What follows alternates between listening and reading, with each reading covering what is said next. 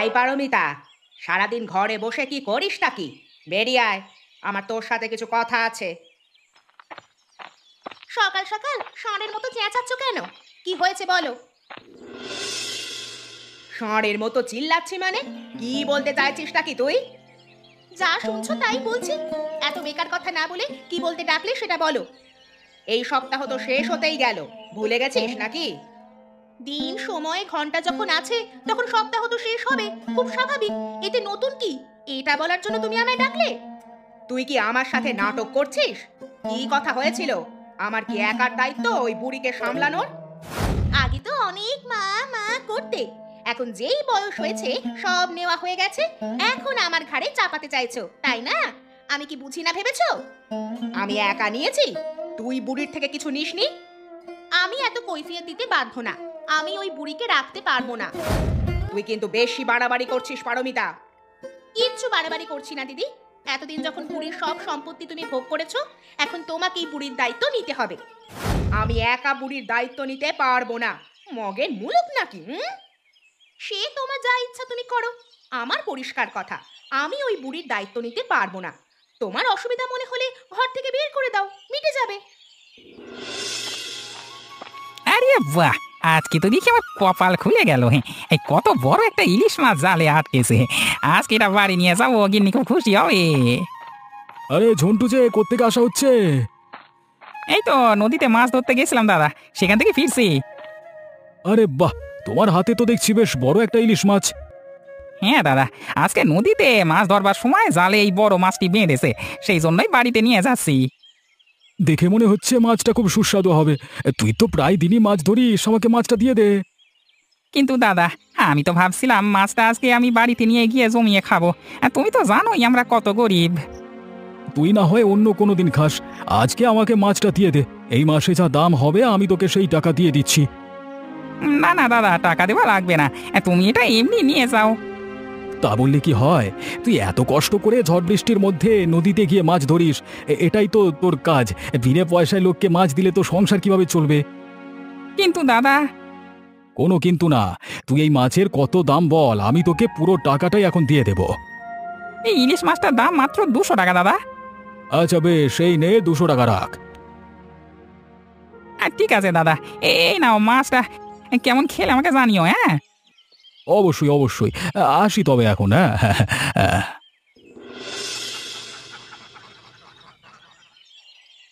বুড়ি, এই বুড়ি, এদিকে আসুন, আপনার সাথে কথা আছে। এ কি ছোট বৌমা, তুমি আমার সাথে এভাবে কেন কথা বলছো? আমি তো তোমার শাশুড়ি হই। শাশুড়ি হন তো মাথা কিনে নিয়েছেন নাকি? যেটুকু সম্মান দিচ্ছি এটাই অনেক। কি বলবে বলো? বয়স তো কম হলো না, কবে টপকে যাবেন তার নেই ঠিক। তার আগে সব সম্পত্তি আমার নামে লিখে দিয়ে যান। আমার যা কিছু সব তো তোমাদেরই। তোমাদের মানে? আমি কাউকে ভাগ দিতে চাই না, আপনি সব আমার নামে লিখে দেবেন। কি বললি? সব তোকে লিখে দেবে মানেটা কি? আমি কি বানের জলে ভেসে এসেছি নাকি? আরে আরে বড় বৌমা, ছোট বৌমা, তোমরা এভাবে ঝামেলা করো না। আমার ছেলেরা বাড়ি ফিরুক, আমি ওদের সাথে আলোচনা করে সব তোমাদের লিখে দেব, বলছি তো। আপনি কি করবেন আমার সব জানা আছে। তলে তলে সব আপনার বড় ছেলেকে লিখে দেবেন, তাই না? এ আমি কিছুতেই সহ্য করব না। না না বৌমা, তুমি আমাকে ভুল বুঝছো। আমি সমান ভাগে ভাগ করে আমার 2 ছেলেকে সব দিয়ে যাব। নাটক! সব ভাগ করে দেবে? কেন কেন ভাগ করতে হবে কেন? আপনার বড় ছেলেকে সব লিখে দিয়ে যাবে। ছোট ছেলে আপনার জন্য কতটুকুই বা করেছে সারা জীবনে? বড় ছেলের ঘাড়েই তো বসে খেলেন সারাটা জীবন, এখন সমান ভাগে ভাগ করবে। তুমি আমাকে এভাবে খাওয়া নিয়ে খোঁটা দিতে পারলে বড় বৌমা? তাহলেই ভাবুন আপনার বড় বৌমা কত স্বার্থপর। তার থেকে ভালো আপনি আপনার ছোট ছেলেকে সব লিখে দিন, ওটাই ভালো হবে। আমি তোমাদের সাথে কোনো রকম কথা বলতে চাই না। আমার ছেলেরা ফিরে আসুক, আমি তারপর ওদের সাথে আলোচনা করে ঠিক করব কাকে কি দেব না দেব। এখন যাও তোমরা, আমার সামনে থেকে যাও তো। রাধাকান্ত বাবু বাড়িতে আছেন? একটু বাইরে আসবেন, কিছু দরকার ছিল। কি হয়েছে নাকি? সারাদিন পর একটু বিশ্রাম নেব, তারও দেখছি উপায় নেই। আসলে বাবু বলছিলাম কি, মানে কি তখন থেকে ইয়ে করছো? পরিষ্কার করে বলো কি বলতে চাও। বাবু বলছিলাম যে আপনি যদি আমার কাজে টাকাটা দিতেন তাহলে খুব উপকার হতো বাবু। কাজের টাকা মানে? ওই তো টুকটাক কাজ করিস, তার আবার কিসের টাকা রে? তাছাড়া আমি কি তোর টাকা নিয়ে প্রতিদিন বসে থাকি নাকি যে যখন এসে চাইবি তখন টাকা দিয়ে দেবো? আপনি কি বলছেন বাবু? সারাদিন কষ্ট করে খাটুনি খাটবার পর আপনি বলছেন আমি টুকটাক কাজ করি? তুই যা কাজ করিস সে কাজে টাকা হয় না, তবু আমি দয়ালু বলে তোকে কিছু দিই, তারপর আবার আমার মুখে মুখে কথা বলিস। এই জন্যই বলে ছোট লোকদের মাথায় তুলতে নেই। বাবু আপনি আমাকে এভাবে কেন বলছেন? আমি তো আপনার কাছে শুধুমাত্র আমার কাজের টাকাটাই চেয়েছি। কোনো টাকা হবে না, আগে মন দিয়ে কাজ কর, আমি নিজের চোখ দিয়ে দেখি যে তুই ঠিকঠাক কাজ করছিস, তারপর টাকা পাবি, বুঝলি? আপনি জানেন তো বাবু, আমার সংসারের অবস্থা, তিনবেলা অশান্তি লেগেই থাকে, সেজন্য আমি মন দিয়ে কাজ করতে পারছি না। আপনি যদি কিছু টাকা দিতেন তাহলে খুব উপকার হতো বাবু। এই এই এই যাদো তখন থেকে কানের গোড়ায় ঘ্যান ঘ্যান করেই যাচ্ছিস। বললাম তো কোনো টাকা হবে না। তোর হয়েছে আমার বাড়ি থেকে বেরো।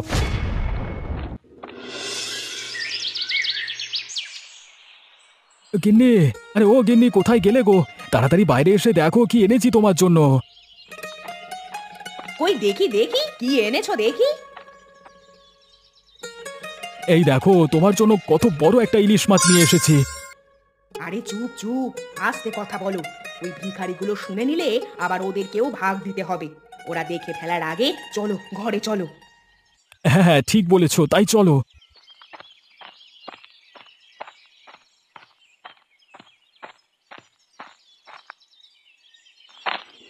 তুমি খুশি হয়েছো তো গিন্নি?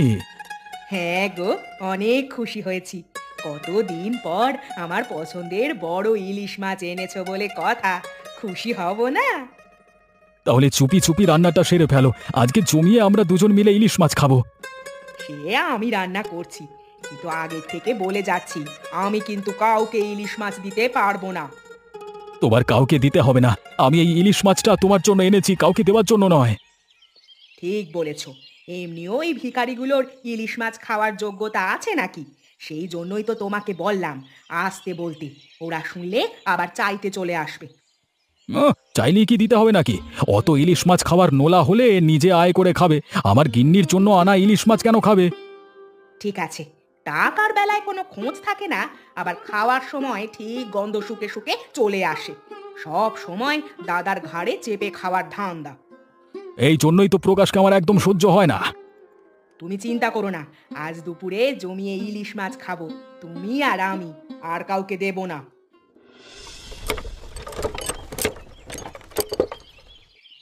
এ কি পারমিতা, সারাদিন খেটে এসে এখন নুন দিয়ে ভাত খেতে হবে? আর আর আর কিছু করনি? হ্যাঁ করেছো তো, তোমার বাবার মাথা। এভাবে বলছো কেন? আমি কি তোমাকে সেটা বলেছি? তুমি আর কি বলবে? তোমার বলারই বা কি আছে? 2 পয়সা ইনকাম করার মুরদ নেই, আবার খাওয়ার নোলা কত। আমি তো চেষ্টা করি তোমাকে সুখে রাখার, কিন্তু কি করব বলো, আমার ভাগ্যটাই খারাপ। এই সংসারে এসে আমার জীবনটাই শেষ হয়ে গেল একেবারে। না পেলাম ভালো খাওয়া দাওয়া, না পেলাম সুখ স্বাচ্ছন্দ্য। তুমি আমাকে আর কটা দিন সময় দাও, দেখবে সব ঠিক হয়ে যাবে। আর ঠিক তোমার এই কথা শুনতে শুনতে আমার কান একেবারে পৌঁছে গেল, তবুও কিচ্ছু তো পরিবর্তন হলো না। সেই ভিখারি ভিখারি থেকে গেলাম। কোথা থেকে কেমন মাছ ভাজার গন্ধ আসছে না? মনে হচ্ছে বড় ছেলের ঘর থেকে আসছে। তোমার স্বামী আজকে গরিব বলে তুমি এইভাবে আমাকে অপমান করছো, খাওয়া নিয়ে খোঁটা দিচ্ছ তুমি। হ্যাঁ দিচ্ছি, খোঁটা দেব না তো কি করব? পুজো করব? তোমার দাদাকে দেখেছো? তোমার বৌদি সব ইচ্ছে সব সব পূরণ করে, যখন যেটা চাই তখন সেটাই এনে দেয়। আর আমাকে দেখো। সবার কপাল কি আর সমান হয় পারমিতা? আমার দাদা একটু বড় লোক, কিন্তু আমিও তো চেষ্টা করছি বলো। তুমি ওই চেষ্টা করেই যাও, কবে যে আমি মুক্তি পাবো এর থেকে ভগবানই জানেন। বাবা সনাতন, একটু বাইরে আয় না। ওই এলো, তোমার মা নিশ্চয়ই মাছের গন্ধে গন্ধে এখানে চলে এসেছে। যাও যাও দেখো গিয়ে কি বলে। কি হয়েছে মা? এই ভর দুপুর বেলায় আমার ঘরের সামনে কি দরকার তোমার? বলছিলাম তোর ঘরে কি আজ মাছ রান্না হয়েছে? ও তাহলে কমলা ঠিকই বলেছে, তুমি মাছের গন্ধে গন্ধে এখানে চলে এসেছো একেবারে লোভীর মতো, তাই তো? আমি আমার জন্য আসিনি রে বাবা, তোর ভাইটা ওদিকে শুধু নুন দিয়ে ভাত খাচ্ছে। ওর জন্য যদি একটা মাছ ভাজা দিতিস খুব ভালো হতো। আপনার ছোট ছেলে নুন দিয়ে খাচ্ছে, তো আমরা কি করতে পারি? ওই মাছটা আমি আর আপনার বড় ছেলে খাবো, ওখান থেকে কাউকে দেওয়া যাবে না। দেখো না বৌমা, যদি এক পিস মাছ দেওয়া যায় খুব ভালো হয়। আমার ছোট ছেলেটা একটু ভালো করে খেতে পারবে। ভালো করে খেতে গেলে ইনকাম করতে হয়, দাদার ঘাড়ে বসে খেতে হয় না। আর আপনার বড় ছেলে কতদিনই বা ওর ভাইকে বসে বসে খাওয়াবে? হ্যাঁ, তুই তো জানিস বাবা, প্রকাশ চেষ্টা করছে, কিন্তু ওর কপালটা খারাপ। কি আর করা যাবে বল? কপাল খারাপ হলে নুন দিয়েই ভাত খেতে হবে, ওই কপালে আর ইলিশ মাছের নোলা না থাকাই ভালো। তুই নিজের ভাইয়ের ব্যাপারে এভাবে বলতে পারছিস সনাতন?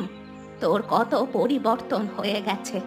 আগে তোর ভাইকে তুই কত ভালোবাসতিস, আর এখন এ কি অবস্থা তোর? এখানে দাঁড়িয়ে ন্যাকা কান্না করে কোনো লাভ হবে না। আমরা আপনাকে কোনো মাছ দিতে পারবো না। এক কথা তোমাকে কতবার বলতে হবে মা, যাও তো এখান থেকে। সারাদিন খাটাখাটনি করে এসে দুপুরে যে একটু তৃপ্তি করে খাবো তারও দেখি শান্তি নেই। যাও তো এখান থেকে, যাও। ঠিক আছে, আমি চলে যাচ্ছি। আমার কোনো মাছ লাগবে না, তোরা শান্তি করে খা।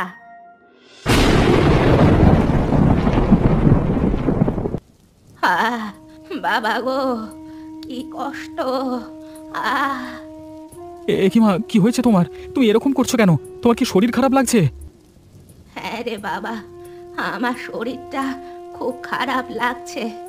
আমি মনে হয় আর বাঁচবো না। না মা, এরকম করে বলো না। তুমি ছাড়া আমার আর কে আছে বলো? তুমি ছাড়া আমাকে কে ভালোবাসে, কে কে বুঝবে? হ্যাঁ, আমার বুক যন্ত্রণায় ফেটে যাচ্ছে রে। আমার মনে হচ্ছে আমি আমি এখনই মারা যাব। না মা, তোমার কিচ্ছু হবে না। আমি এখন দাদাকে ডেকে আনছি, তুমি চিন্তা করো না। দাদা, দাদা একটিবার দরজা খোলো দাদা। এই ঝড় বৃষ্টি রাতে আমাকে কে ডাকে? তুই কি করছিস? কি হয়েছে কি? দাদা, মায়ের খুব শরীর খারাপ, প্রচন্ড ছটফট করছে। তুমি একটিবার আসো দাদা। আমি একা কি করব কিছু বুঝতে পারছি না। মায়ের শরীর খারাপ তো আমি কি করব? মা এখন তোর কাছে আছে, তুই দেখ। আমি পারবো না, আমি রাত্রে কিছু করতে পারবো না। যাদিকে এখান থেকে। তুমি এভাবে বলো না দাদা, ওটা তো আমাদের দুজনেরই মা। তুমি একটিবার চলো দয়া করে। বললাম তো আমি এই ঝড় বৃষ্টির রাতে কোথাও যেতে পারবো না। তোর দরকার হলে তুই যা, তোমাকে কিছু করতে হবে না। যা করবার আমি করছি দাদা। আরে হ্যাঁ হ্যাঁ, যা যা, তোর জানা আছে তুই কি করবি। বড় বড় লেকচার।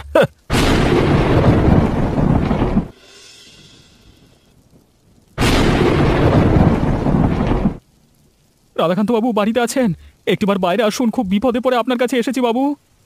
রাত্রে আবার কে চালাতে এলো রে বাবা? বাবু, আমি প্রকাশ।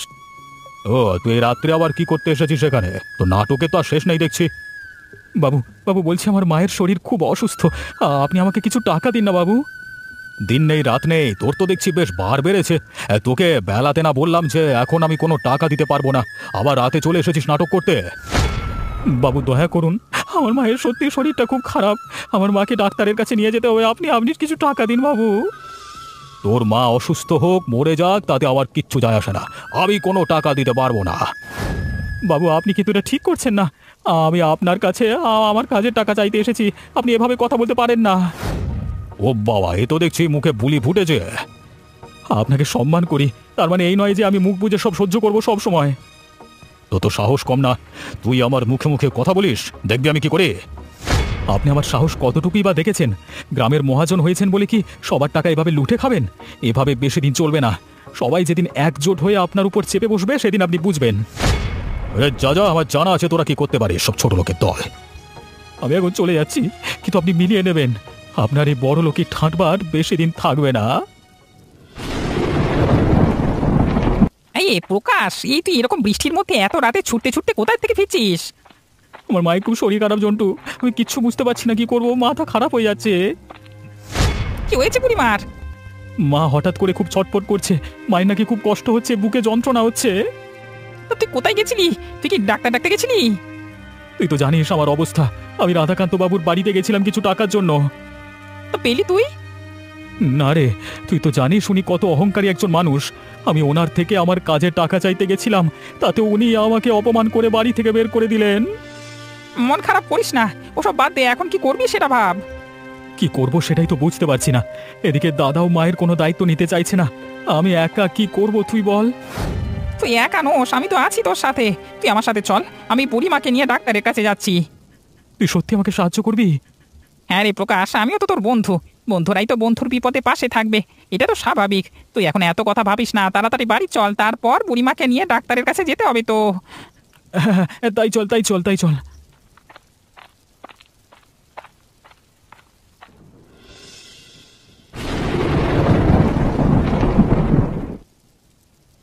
মা মা, আর একটু কষ্ট করো, দেখো তোমার কিচ্ছু হবে না। আমরা এক্ষুনি তোমাকে ডাক্তারের কাছে নিয়ে যাচ্ছি। না রে বাবা, আমার সময় শেষ। আমি বুঝতে পারছি। তুই আমার কথা মন দিয়ে শোন। এসব বলো না মা, তুমি তো জানো তুমি ছাড়া আমার কেউ নেই। তুমি চলে গেলে আমার কি হবে বলো তো?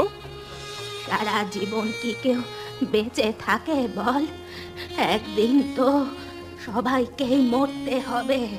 যার কপালে যতটুকু আয়ু লেখা আছে সে তো ততদিনই বাঁচবে। কাউকে আটকে রাখা যায়?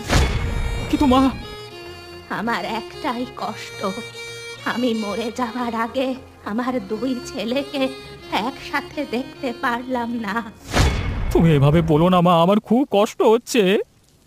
না রে বাবা, আমি আমার বড় ছেলেকে মানুষ করতে পারিনি। আমি সব সময় চেয়েছিলাম তোরা দুজন একসাথে থাকবি, দুজন দুজনের পাশে থাকবি। কিন্তু এই শেষ বয়সে এসে যে আমাকে এই দিন দেখতে হবে আমি ভাবতে পারিনি। এ কি মা, তুই কথা বলছো না কেন? মা কথা বলো, কি হলো? তুমি চুপ করে আছো কেন? কথা বলো। এ কি সর্বনাশ হয়ে গেল রে ঝন্টু, আমি আবার কি নিয়ে থাকবো? আমার মা যে চলে গেল ছেড়ে। তুই এভাবে কাঁদিস না, তাহলে বুড়িমা আরো কষ্ট পাবে। তোকে এখন শক্ত হতে হবে। কিন্তু আমি আমার মাকে ছাড়া কি করে থাকবো রে? আজ কিছু মানুষের স্বার্থপরতার জন্য আমার মাকে এত তাড়াতাড়ি আমার ছেড়ে চলে যেতে হলো রে। তুই যেভাবে ভেঙে পড়িস না রে প্রকাশ, আমি তোর পাশে আছি। তোকে এখন শক্ত হতে হবে, নইলে যে বুড়িমার আত্মার শান্তি পাবে না। রে প্রকাশ, বেশ অনেক দিনই তো হয়ে গেল, আর কতদিন আমার ঘাড়ে চেপে বসে থাকবি? এই তো দুদিন হলো মা মারা গেছে, আর আজও তুমি এরকম কথা বলছো? এরকম কথা বলবো না তো কি বলবো? যত তাড়াতাড়ি সম্ভব তুই তোর বউকে নিয়ে এই বাড়ি ছেড়ে বেরিয়ে যাবি। এখানে তোদের কোনো ঠাঁই নাই। কিন্তু দাদা, এই বাড়িটা তো আমাদের দুজনের, তাহলে আমি কেন এই বাড়ি ছেড়ে বেরিয়ে যাব? এটা আমার বাড়ি, আমি কাকে থাকতে দেব না দেব সেটা আমার ব্যাপার। তুই যত তাড়াতাড়ি সম্ভব তোর বউকে নিয়ে বাড়ি থেকে বেরিয়ে যাবি, এটাই আমার শেষ কথা। কিন্তু দাদা, আমি বাড়ি ছেড়ে কোথায় যাব?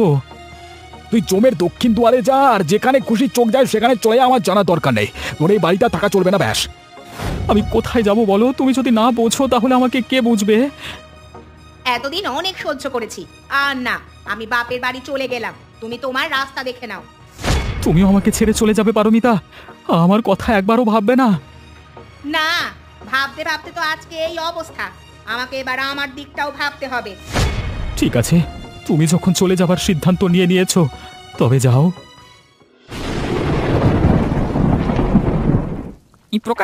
এই প্রকাশ কোথায় যাচ্ছিস তুই বৃষ্টির মধ্যে রে? যেদিকে দু চোখ যায় সেদিকে চলে যাচ্ছি রে।